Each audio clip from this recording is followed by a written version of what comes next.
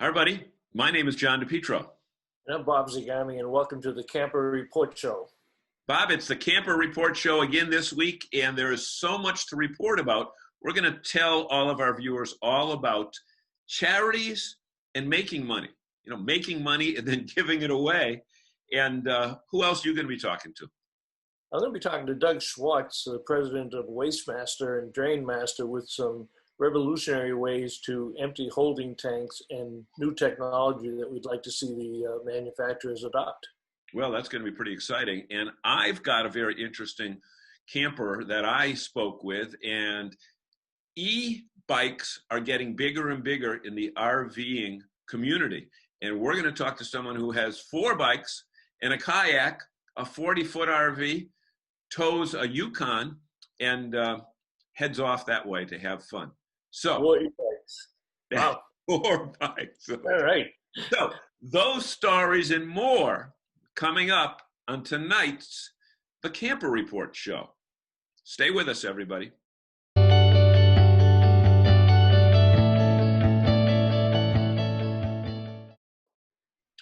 And welcome back, everyone. And thank you for joining us for this segment of The Camper Report Show. Bob, there's so much going on in the RV world today about money. You know, we're talking about making money, which you're going to talk about, and then we're going to talk about how RVers are so generous when it comes to charities. But first of all, there are a lot of earnings reports that came out on some of the major RV-related companies. Talk about that, would you please? Yeah, you know, a lot of the company, we get a good kind of a window into the RV industry because many of the companies are public companies and they have to report their numbers, but also they report trends and what's happening in the industry. And within the last 2 weeks, we've had earnings reports from Winnebago, Thor, and LCI Industries that LCI provides in many cases up to 80% of the components on some of the travel trailers and motorhomes. So we got to look at the numbers, and they're making outstanding profits and increased sales well over last year.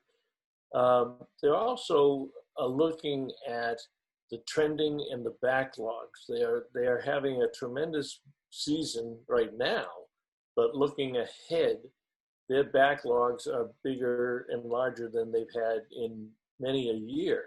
So that kind of forecasts what they would need for the parts that they would get from LCI. So Right. Everything looks really good as far as looking out towards 2021 when they're forecasting record sales again. And throughout the channel right now, the suppliers are catching up. The OEMs are getting back to making the full product, not missing components. So the dealers are reporting that deliveries are better. They're starting to replenish their stock. So that means that the dealers are making more money. So it's a very rich time for the manufacturers, the dealers, and the suppliers. And that means that they're going to provide more motorhomes and trailers for the consumer. Now, I know everybody knows that this past year, 2020, if you went out in June to try to get an RV to use this particular past summer, you probably had to wait until sometimes July or August, and some people didn't even get to use it during the current season. And so much of that backlog was caused by that March, April, May shutdown that the manufacturing plants dealt with. Again, the Elkhart based, and also the suppliers, like you said, Lippert, which is called LCI, and so many of the other components that are put together. Now, what do you think about next year coming up if we have to go back into another shutdown because of COVID-related things, as the news is talking about in every other aspect of our life? I don't think we're going to see any additional shutdowns. It crops up in certain areas, and quite honestly, in Elkhart right now, it's a little bit higher than where it was before. But I don't think we'll see total overall shutdowns. You may see a couple of days a week where they shut down, or they reduce the hours, or a couple of shifts just to make sure that they don't have too many people in the plants. But there's no talk of that right now. And in fact, most cases they're trying to hire people and get more units off the floor and out to the dealers. You know, we saw something, this say these past 6 months that we really hadn't seen, maybe never. I mean, we had dealers that ran out of stock. They did not have anything to sell. We have other dealers that could stock 200 units on a regular basis that were down to 20 units.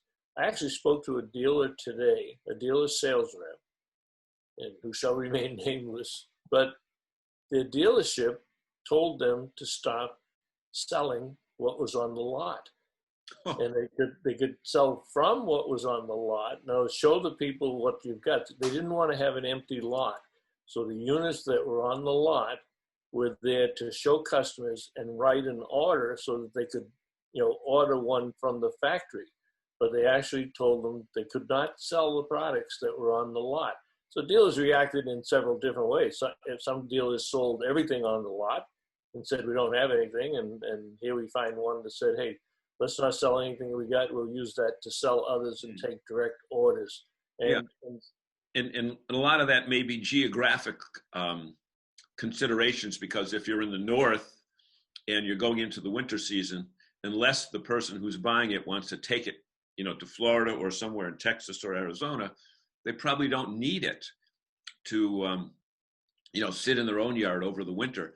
But my guess is that if you're like from North Carolina down, and certainly, California, Arizona, New Mexico, Texas, you don't want to have that happen, because you want to sell every unit because it's a year-round environment for RVing. Well, and the dealers that are tending to be year-round sales, they tend to be larger and have more inventory, so they weren't impacted as much as a smaller dealer that ran through the inventory pretty quickly and had to wait for other products to come in. So yeah, Right. there was that aspect to it. And that's interesting, because it used to be that if you were a multi-location dealer and you didn't have a certain product at one location, you could call around and find out who has one and have it shipped there. But that certainly wasn't the case this past season. No. If you had them, you kept them.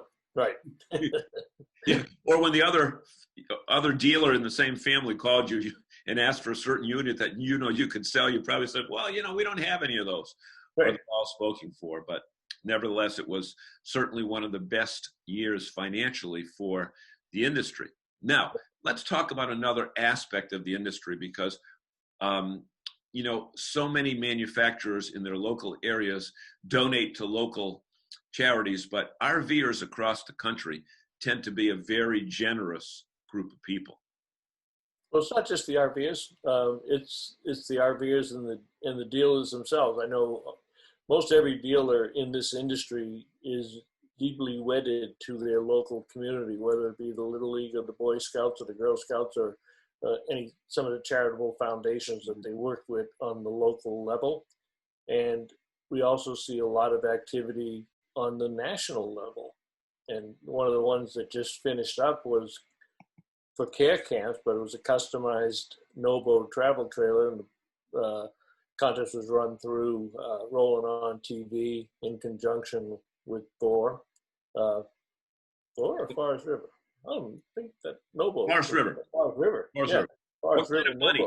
I know it was a big amount. Do you recall the dollar amount with that? Yeah, they raised $44,000. $44,000. That's the goal was $40,000, and all that money, all the proceeds of that raffle go to care camps for kids with cancer. Yeah, and that was a Rolling On TV. I know we saw one that one of the top 10 RV parks in the country, as far as amenity is concerned, Normandy Farms, happens to be located up here in New England. We've been there many times. They donated $15,000 to the local Boston hospital that deals with treating childhood cancer, the Jimmy Fund. And I know that they're like RVWA. Tell us what RVWA is. The RV Women's Alliance has a very interesting project going out in Elkhart right now, and they're calling it Drab to Fab. And they are also going to be raffling off a trailer in the spring. And right now that trailer is being totally renovated by women in the industry. So there would be an LCI day. There was a day just this past week where women from east to west travel trailers spent the day banging out windows and tearing up floors, and they're going to refurbish this entire Zinger travel trailer that was donated to them, and it's going to be on display at the Hall of Fame and raffled off in the spring. And we'll be getting somebody from RVWA to come on and talk to us in more depth about that particular project, because these women can do everything the guys can do, and it's going to be an incredible product. And they're working. Let me tell you, the pictures that I've seen come out of there, they got their jeans and their sweatshirts and their hammers and sledgehammers and screwdrivers. And yeah, keep them away from me. Putting the guys to shame, but they're doing it right there in Elkhart, so they got plenty of RV talent to pick from.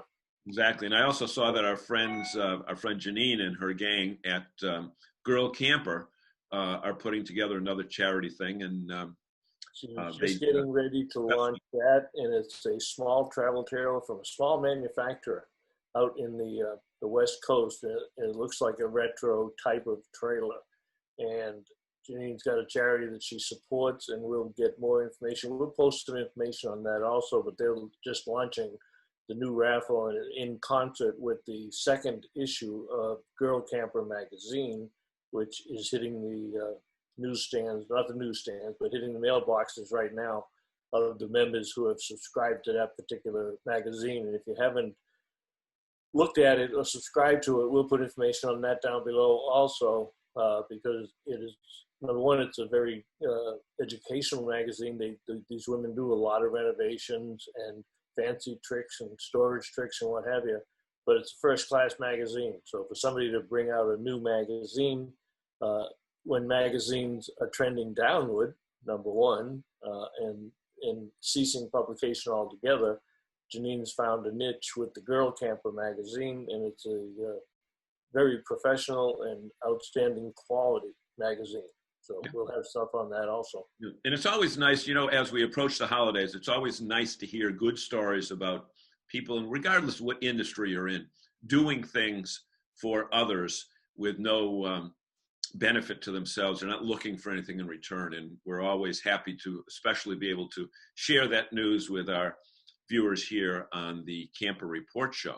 And speaking of the Camper Report Show, you brought up a good point though, John, because lots of times it may be the manufacturer or the dealer or supplier that makes the product available, or sells it to them at a reduced cost. Yeah. But none of these projects would be successful if the RV owners and RV enthusiasts didn't buy the tickets and the raffle. So it's a combined effort between the manufacturers, the dealers, the suppliers that donate the products, and the consumers that participate, because they do in fact want to support the charities. You're absolutely right. And those are the people that are watching this show, right? Which is called the Camper Report Show. And we want to let you know that there's much, much more coming up on this edition of the Camper Report Show. So stay with us, right, Bob? Yeah, and I've got an interview coming up with Doug Schwartz from Drain Master and Waste Master, who's going to show us a revolutionary system for waste management. It's not the hottest topic that somebody wants to talk about, but there are actually new technologies and new fittings. So we'll have an interview with Doug. And I'm guessing that more people are going to be interested in the segment that I did with an RVer on e-bikes. It's just a growing trend in the RV industry. So from dump tanks to bikes, we've got it all covered on tonight's The Camper Report Show. Stay with us.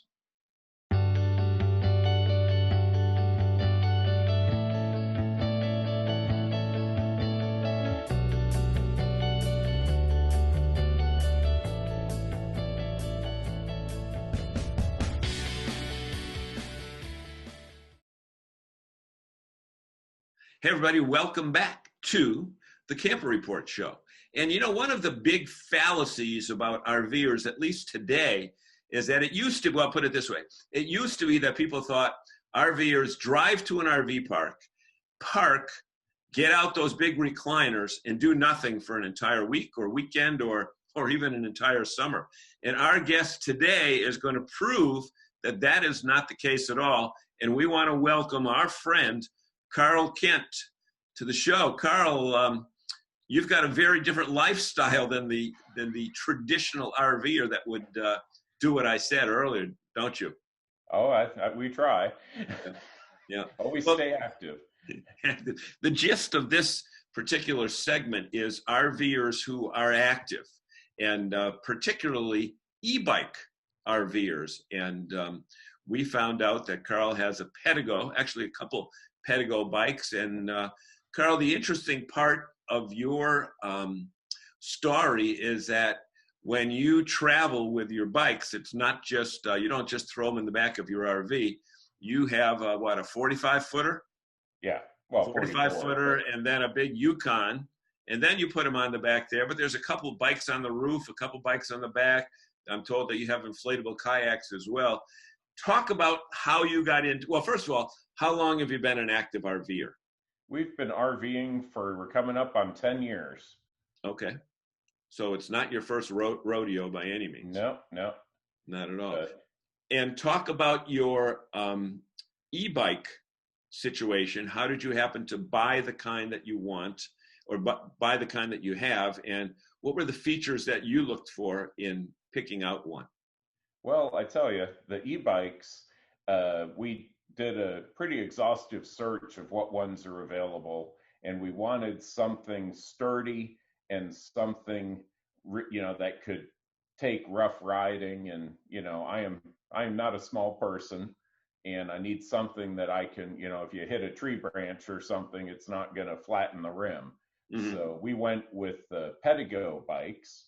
I have a trail tracker, which looks more like a traditional mountain bike, but it has a really long wheelbase for a smooth ride. It has I believe they're 4.5-inch wide balloon tires that run at very low pressure. So it's almost like having an air ride suspension just from that. But I also use a shock absorbing seat post and a front shock absorber to replace the fork, just to kind of smooth everything out. Okay, so it's really not, I mean, when you see these mountain bike guys at the ski resorts in New England during the summer, they come down and you wonder how their teeth stay in their mouth. But you've really got a luxury ride, is what it sounds like. Oh yeah, it has an incredibly smooth ride, whether you're on the trail or even off the trail, on a single track. It gives you power when you need it. And, as I'm getting older and older, the arthritis in my past is catching up with me, and I need something, it kind of flattens the hill out when that pedal mm-hmm. assist kicks in. Right, that pedal assist. So, okay. And I know it has a proportional, you can set, how strong of an assist you get, from just subtle to all the, to give you the maximum assist. And then it also has a straight throttle. Right. And, I think there's a lot of fallacy in people thinking that they're basically poor man's mopeds, but you do get exercise. Because I know when we got ours, people said, oh, that's just, that's cheating. I mean, you can cheat with full throttle, but do you normally keep it on 2 or 3 or? Yeah, I'll do 3 or, if I'm having a bad day, 4, but it's all in how, where we live, it's quite hilly, and we have a lovely park just down the street from the house with, wonderful bike paths, but they really take a toll on you because it's all up and downhill. Mm-hmm. And my knees were destroyed years ago, and when I try to take off now, the arthritis has gotten so bad. I mean, it's physically painful to pedal a regular bike on the hills. Yeah. I think, Carl, it's important to say that you had a serious accident when you were a young person. Yeah. Broke your back? Is that what it was? I broke my back, and I took my kneecaps. I got hit by a car on my bicycle, ironically enough. And when I went over his roof, I was doing probably over 20 miles an hour, and he tried to beat me across an intersection. And it took my kneecaps and drove them straight into the joint, and they're all pitted out. I don't have any cartilage left at this point. At Okay. some point, I'll probably be getting new knees, but we're not that far yet. So why in the world would you ever consider a bicycle as a method of exercise after you did what you did? Well, I loved it. I always have. I've been riding since I was a tiny kid, and I just always want to. It's a great way to get out, and for me, it was a big stress relief. Get out, get in the woods, and you're out by yourself, and it's just I'd always found it very relaxing. Okay. So when you are a normal ride for you, Carl, what would a normal ride be? Let's not the ride from your home, but when you're out with the RV and you've got the entire 70 feet of mechanized madness with you. What would you say would be an average run? Is it 5 miles? Is it 10 miles? 12 miles? Probably in the neighborhood of 20. 20. Yeah. And I can do that and still have about a 50% charge on the bike. When we were up in South Dakota, I believe it was the Mickelson Trail runs by Mount Rushmore. It was just a gorgeous trail. Happened to go right by our campground. And so I just, could hop on the bike and just ride. And I mean, I didn't understand that thing is incredibly long, and I only got to do a little piece of it, but it was beautiful. So basically, when you say I still had half of my battery left, how much battery did you have left in your body? Do you feel like you've just been put through the ringer, or because of the shocks and stuff that you've got on it, you're still good to go? It actually is. It's a real smooth ride, and I'm one of these. I may not look it, but I actually am in pretty good cardiovascular health, and I just, I finish a ride and it just energizes me. So I just, you don't feel wiped out. And it's, maybe the pedigo is masking it a bit, but if you start feeling tired, you can just hit that button and bump up the pedal assist and get you home a lot easier. Yeah. Now, another question that people have had about the e-bike situation is loading it on and off your mechanism. Now, I believe you don't have it attached to the RV itself. You have it attached to the back of your tow vehicle, right? I put it on the truck simply because sometimes you don't have a good place to ride right where you're at. Oh, and okay. So if it gives us the option to disconnect and run the bikes out to wherever we want to ride. So, we've got a bike. There's the bike for me, the e-bike for my wife, and then the kids have bikes. So it's quite a conflagration driving down the highway, but it works very well. Now, it's always been said, and I know if it's true because we've been RVers for coming up on 17 years, coming up on 20, if you round it off. It really is a family event that you can enjoy as a family. My guess is that you're taking it one step further and saying bicycling. There's a new word for you, bicycling. I'm going to make that word up. There you go. Bicycling with your wife and your kids is also an all-encompassing family event. Yeah, we try to do it together. We have little wireless intercoms on the headsets so we can talk to each other and not, and it doesn't interfere with hearing what's going on around you. It's just nice to, sometimes I ride alone, sometimes I ride with everybody. I know a couple years back, we were camped out at the base of Devil's Tower, and me and the boys were going to ride up to the top on the road, and it's like a 3-mile climb, but it is all uphill. Yeah. And my first kid dropped off about a half mile up the hill. He decided that wasn't it, and he turned around and went downhill. And my second child, he really toughed it out. He almost made it to the top before he was doubled over in the bushes. But we should say that they were those are traditional bikes, non. But they're they're young teenagers, Yeah, right. So they should be able to do this. Yeah. But if you notice in the pictures, I was the only one. It was only my bike that was up at the top by the tower. So. Yeah, exactly. So, what would you say to someone who's considering, somebody who's already an active RVer and considering the bike purchase? I know you had I want to say Patago, not Padago, but Patago. Why did you decide on that particular brand as opposed to any of the others? Because there are a lot out there now to choose. Oh, there are. And a lot of it was the capacity of the battery, the construction quality, user reviews. I mean, my wife is I only know how to describe her as the Google queen.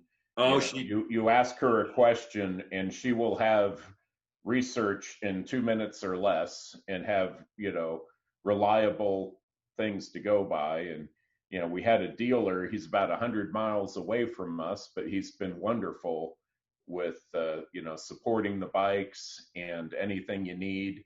The company itself, I had a problem with my bottom bracket on the bike, and they're like, well, it's under warranty, but just take it to your dealer. And I'm like, well, the dealer's 100 miles away. I can fix this. Can you just send me the parts? Oh, sure, no problem. And they did. Just like that. The support is unbelievable. And the build quality is great. I mean, I haven't had any trouble, with the bike itself. It gets me where I'm going, and I don't, the biggest problem I've had is thorns in the tires. Thorns in the tire. Yeah. Well, I guess out in the Midwest where you did that work, you had. Yeah, it's a little, but the Kevlar tire liners took care of that just fine. So. Exactly. So we want to thank you so much, and maybe sometime when we get rid of this COVID stuff, we can start traveling our country a little bit more. The amazing thing is that even with it, the RVing lifestyle allows us still to take our vacations and not be limited like you would be on a cruise ship or an airline. Well, and it's nice too, because you stay at some of these larger RV parks and it's a pretty good hike to get to some of the amenities. And instead of having to load up the truck and, haul everybody, we can just hop on our bikes and we're at the store or getting ice cream or, swimming. And it's just a lot more mobility. It's also more social because you'll stop and talk with people on the way. And, it's just a really nice way to get around the campground, even if you're not going to go, on a long ride. So Carl Kent, I was going to call you Clark Kent. Then you'd have to wear that's my cousin, but I can't talk. Okay, you have to wear a shirt with a big S on it, and that wouldn't be the case here for this particular show. But we do want to thank you so much for being with us, and let you know that you are watching the Camper Report show. My name is John DiPietro. Thanks for joining us, and stay with us because we've got a lot more coming up right after this.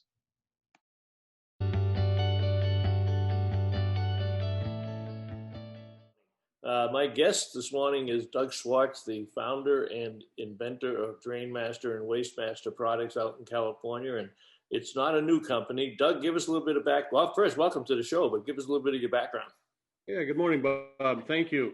My background is basically in Silicon Valley and capital equipment. We invented and started 2 or 3 companies in Silicon Valley, and we retired in the 90s, and my wife and I went full-time RVing. As a matter of fact, we full-time for 10 plus years and enjoyed every minute of it. Prior to that, we were RVers. Maybe every minute of it. There was one part that you didn't enjoy. Well, there's quite a few times that I didn't enjoy it. And dumping the holding tanks stood out amongst all of the little things that happened to all RVers as there needs to be improvement here. This is ridiculous. And of course, every time you get to a happy hour with customers or campers, you sit there, and the first thing, if there's a lull in the conversation, the first something about dumping holding tanks, and you're good for 2 or 3 hours of spirited conversation. Everybody so I knew there was a need to improve it. Yeah, everybody's got that dumb story, that's for sure. But being an engineer, you went to work on changing the way you wanted the industry to change, but the industry's kind of been slow to adapt the products that you invented. And so let's focus on when we look at emptying the holding tanks. Amazingly, after probably 5 decades, we still use cable pulls to empty the holding tanks. Yes, they're inexpensive. Yes, it requires a bayonet mount. So let's talk first about why an RVer would want to have a permanently installed sewer hose on their RV. With the components that you use to dump the holding tanks, and having to hook up a sewer hose and disconnect, clean it, put it away. There's water there. You drain the hose because you want to make sure that you don't put it away, because they famously call it the stinky slinky for that very reason. And so by permanently having it connected to the RV and then having a shut off on the other end of the hose, it completely keeps everything contained within the system, and you eliminate all of those potentials for waste getting on the ground, for spilling on yourself. It's all contained within that hose. So the transfer then becomes the ultimate in safety, similar to putting gas in your car. Everybody does that, and in most states, you do it yourself. And so that's the reason I wanted to fashion it around that premise, to make it completely sanitary and make it environmentally friendly at the same time. So I had to look at the components, and instead of trying to reinvent the wheel, I just went to industry and looked at how they transfer liquids from vehicles to a ground inlet. And lo and behold, they have what's called a cam lock fitting. This is what a cam lock type fitting looks like. And it has a receptacle. This particular one happens to be a plug, but it just goes in, and then it's cammed. Doug, don't leak. They Doug, don't drip. Doug, let me stop you there and go back, if you would. Hold that up. So, one of the issues we have in the industry today is, with all the new sales of RVs, we have a lot of first-time buyers. And those first-time buyers are going to go out there and they're going to be exposed to the cable pull. They've never seen a cam lock fitting. They're going to inherit all the issues that everybody else has had for years with a bayonet mount and the hose. So explain how this is so different versus the traditional bayonet fittings that leak, that break off, that have spills at the campsite. So pretend you're talking to a first timer and why this is important. Right. A typical bayonet fitting is a male fitting with 4 pins sticking out that's on the RV. It's there permanently, and you put a cap on it and twist it to shut it off. In this particular situation, this is a cam lock, and female goes on the RV. Now, the reason that's done is because the hose has the male on it, and you can store it because it's just slightly larger, whereas a female is much bigger. And so you have all the storage problems in the industry. This, by simply having this type of fitting on it, doesn't leak, doesn't drip. It doesn't cause people that can't, we install a lot of these simply because people put the bayonet fitting on it, and 2 days later, they can't get it off. They can't remove it with these systems. They're designed every time. And this is an industrial grade fitting. Well, that's the same fitting that if you see an 18-wheeler offloading fuel of the surface fitting. That's the other thing that's interesting about this. The interesting thing there is that these were readily available, government tested, certified, compliant with waste management or hazardous waste or whatever. They were already out there on the market. And as you said in many of your presentations, the RV industry, which likes to be self-regulated, is the only industry that handles human waste that doesn't have any government regulations associated with it. right? That's correct. And they're the only industry in the world that I've ever been able to find that uses bayonet style fittings, which I found just astounding that there's no competition in any other industry to sell those. And this type of fitting is used in all other industries for transferring waste. That's because they work. That's incredible. Now I know, because we've known each other for many decades here, you have people that will drive all the way across the country from the East Coast to Hollister, California, just to have you install these systems on their fifth wheels, on their motorhomes, on their trailers. So we know that there is a consumer acknowledgement that this is a better system, but we don't have the industry acceptance. Would that be a good statement? I think that is true. And as you know, it's part of marketing. This is a really important part, Bob. If you look at this is the nozzle on the end of the hose. It has a donut that securely fits into the sewer. And all the RVer ever needs to remember is this is the shut off, and this is closed. Only when it's in the sewer do you open the lever. That's the only time, that's the only thing you have to keep in mind is when this is in your hand, that is there. I made it long on purpose, so if you go to grab it when you're in the sewer, you will know that you got to close it before you pick it out of the sewer. You do that, that's all you have to remember. And of course, we have a clear view fitting to make sure everything is empty. We took over 12 years to design this sewer hose. Now, there are knockoffs out there today, but this is the original design. The helical is on the outside, so the liquid flows on the inside in the webbing, and it's extremely smooth bore. It's not 100%, but it's way better than any other hose out there, and more durable. We've got hoses since we brought these out and we had a generation before that. We're having people now 10, 12 years later, the new latest version, and their old hose is still good. And is that a lifetime guarantee? What's the guarantee on the hose? Well, we don't give it any particular type of guarantee. If you ever have a problem with us, let us know and we'll take care of it. Okay. We're sure that our customers are satisfied. They pay a premium for this system because it costs us a premium to build it.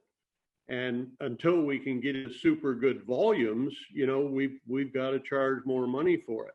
But when you spend your money on it, you've got a company backing you. We've got an 800 number. We've got 2 people on the phones all day long. And if you need assistance or any information regarding waste management, any kind of question, just call us, let us know, and we'll do our best to answer the questions for you. That's great. Doug, I want to thank you very much for joining us today and talking a little bit about DrainMaster and WasteMaster. We'll be putting the information down below for our fans to have access to it and be able to get in touch with you. And one last thing, I know that you have very high-end motorhomes and bus conversion companies using this. And when they spend millions of dollars for a bus, the customers want to have the best available system. So we've already proven that you have that. Now it's just an acceptance factor that the consumers become aware of it and start to demand a better and a safer and a healthier and certainly an environmentally friendly, which the next generation of RVers is going to demand, correct? Oh, absolutely. And we have everything set up to completely automate the dumping process.